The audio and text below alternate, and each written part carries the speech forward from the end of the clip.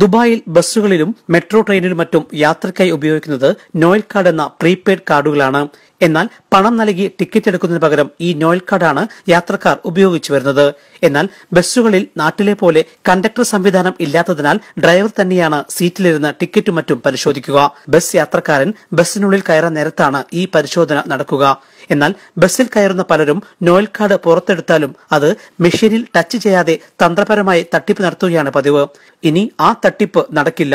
കാരണം ഇനി ബസ്സിനുള്ളിൽ കയറുമ്പോൾ തന്നെ റാസിദ് എന്ന പുതിയ സംവിധാനം വഴി യാത്രക്കാരുടെ എണ്ണം ഈ മെഷീൻ എണ്ണി തിട്ടപ്പെടുത്തും.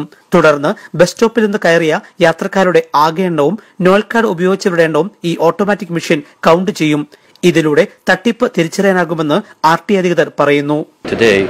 Based on the number of counts for the passengers boarding and alighting, we can do better plans for our bus routes in the city. ഇത്തരം തട്ടിപ്പ് നടന്ന വിവരം ഉടൻ ബസ് ചെക്കർമാർക്ക് പെട്ടെന്ന് കൈമാറാനും ഇതിലൂടെ കഴിയും. ഇതോടൊപ്പം ഒരു റൂട്ടിൽ എത്ര പേർ തട്ടിപ്പ് നടത്തിയെന്നും ഏത് റൂട്ടിലാണ് ഏറ്റവും കൂടുതൽ നിയമവിരുദ്ധ നടപടികൾ നടക്കുന്നതെന്നും ഇതിന്റെ പ്രധാന ഓപ്പറേഷൻ സെന്റർ വഴി കണ്ടെത്താനാകും. അതിനാൽ ബസ്സിൽ തിക്കിലും തിരക്കിലും കയറി ഡ്രൈവർ മാത്രമേ ഉള്ളൂ എന്ന് കരുതി തട്ടിപ്പ് നടത്താൻ ഒരുങ്ങുന്നവർ ജാഗ്രതയായി. നിങ്ങളുടെ പടിവാതിലിൽ ഈ യന്ത്രം നിങ്ങളെ കാത്തിരിക്കുന്നു. ഒപ്പം 200 ദിർഹം പിഴയും.